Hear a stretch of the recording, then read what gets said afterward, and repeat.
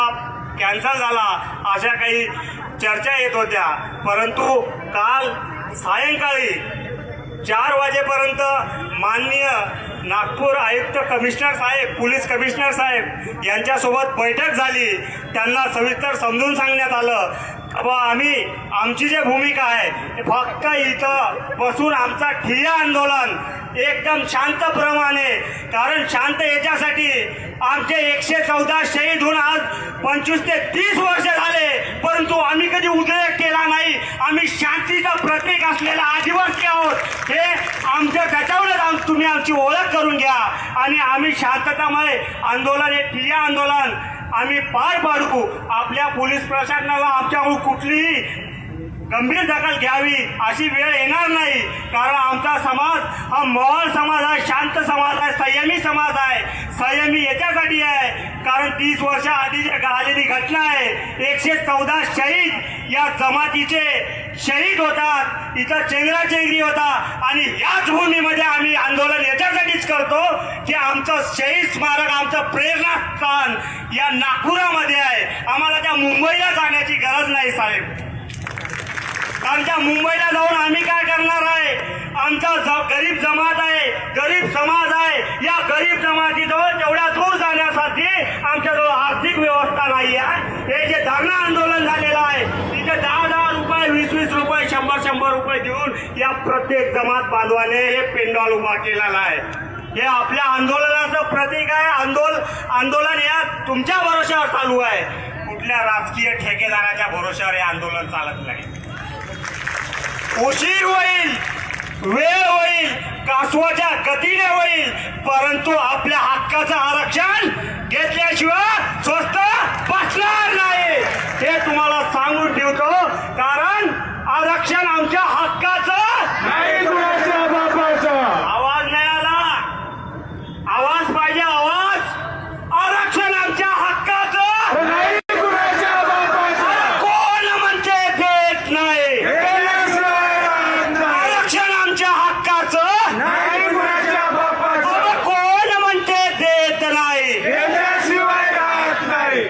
संघटना एकत्रित एकता आणि निस्वार्थ भावनेने जे आपली चळवळ चालू आहे त्या चळवळीच्या माध्यमातून जात असताना माझ्या मित्रांनो, डिसेंबर 2023 मध्ये या संघटनेची निर्मिती झाली आणि या हिवाळी अधिवेशनामध्ये एक आपल्या जमातीची सर्व संघटना मिळून एक कृती समिती निर्माण झाली.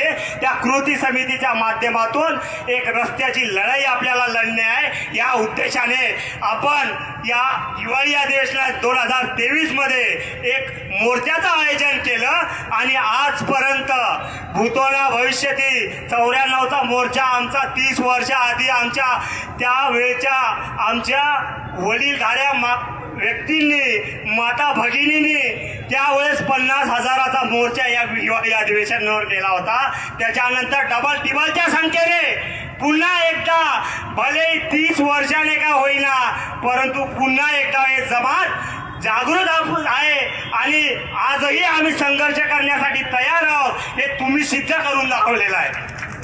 कारण आम्ही कोणाचं ताटातलं मागत नाहीये. आमच्या ज्या हक्काचं आहे तेच आम्ही हक्काचं मागत आहोत. या राज्यामध्ये काय चालू आहे?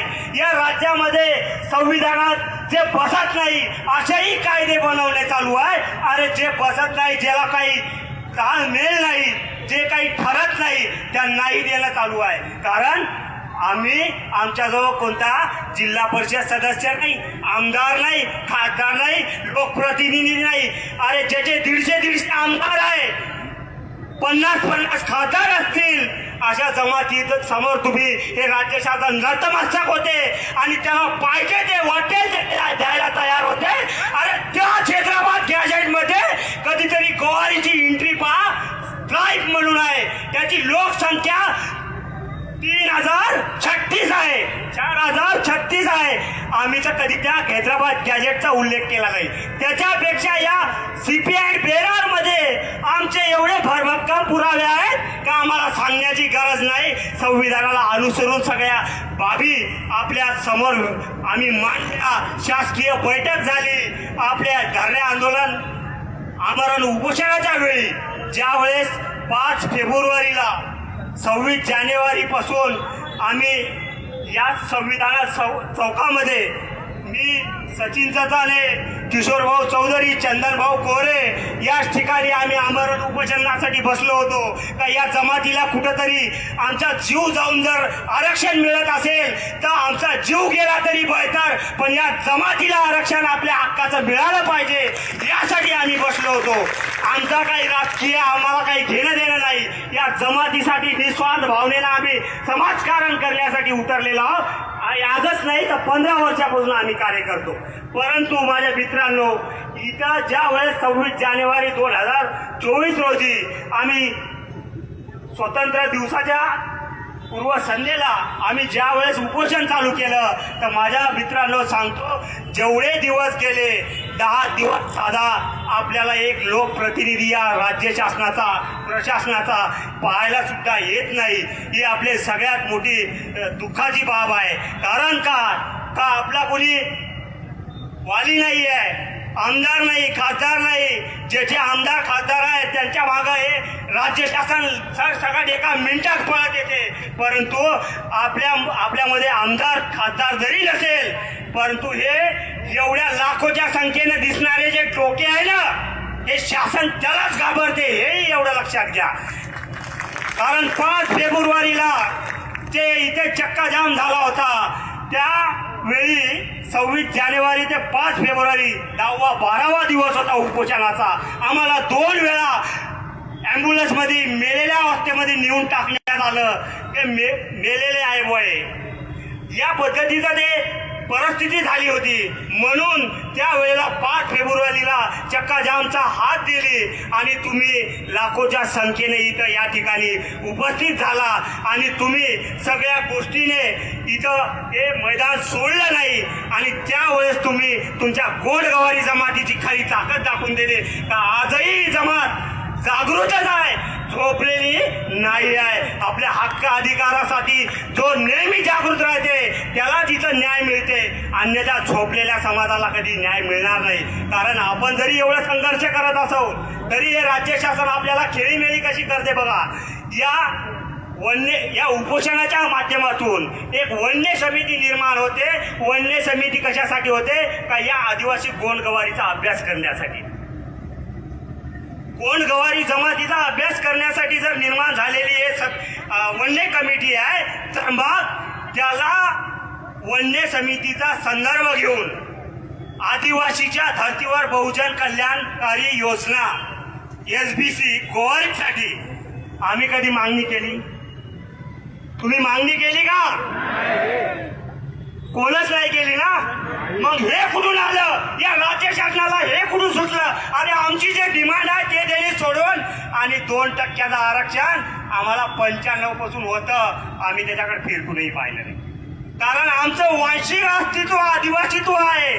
गोंडगवारीचं आरक्षण आहे, STचं आरक्षण आहे.